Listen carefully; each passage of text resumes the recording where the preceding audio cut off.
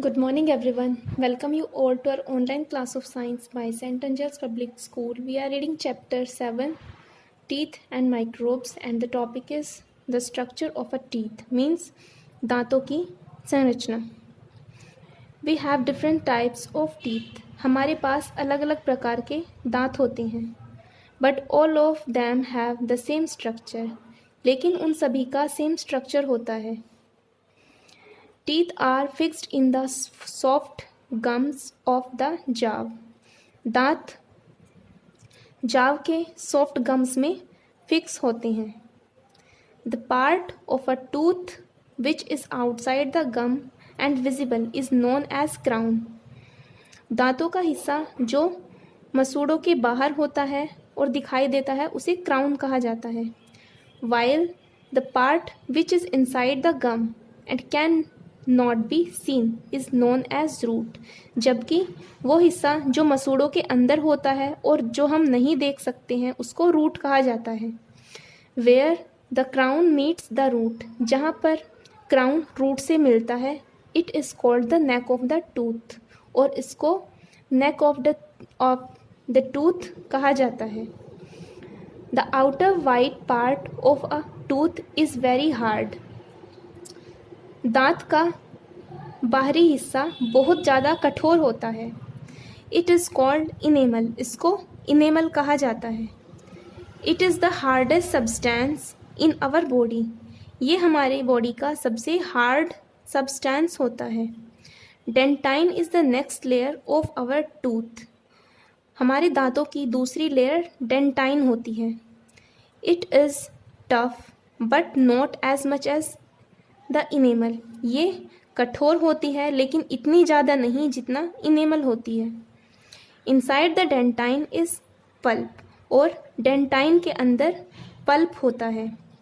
It has blood vessels and nerves, इसमें blood vessels और nerves होती हैं. The nerves are connected to the gum through a hole in the root, और nerves gum से connected रहती हैं roots के होल के द्वारा.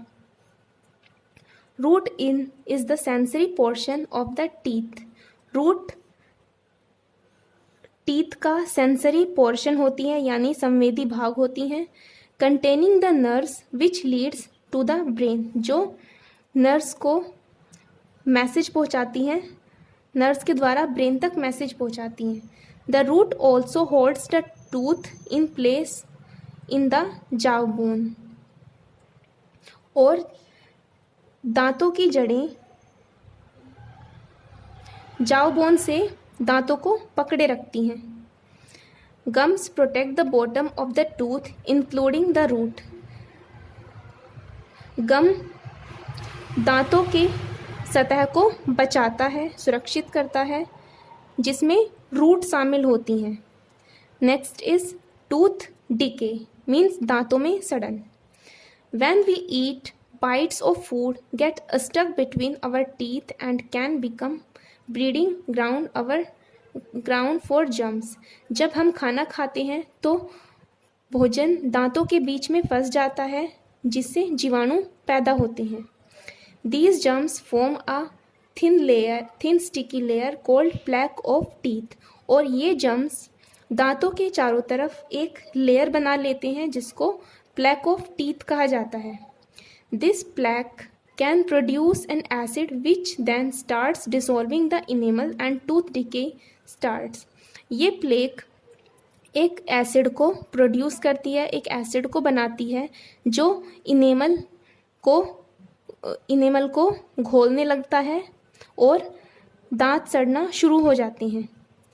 Tooth decay causes hole in the tooth and foul smell in the mouth and stomach disorders. दांतों में सड़न से दांतों में छेद हो जाते हैं और मुंह से गंदी बदबू आने लगती है और स्टमक से संबंधित बीमारियां हो जाती हैं. वी हैव टूथएच, और हमें दांतों में दर्द होने लगता है. So eat healthy food to keep your teeth healthy and does not forget to visit your dentist once in 6 months. तो हमें हेल्दी फूड खाना चाहिए और अपने दांतों को हेल्दी रखना चाहिए और हमें 6 महीने में एक बार डेंटिस्ट के पास जाना नहीं भूलना चाहिए। स्टूडेंट्स, आज के लिए इतना ही। Thank you.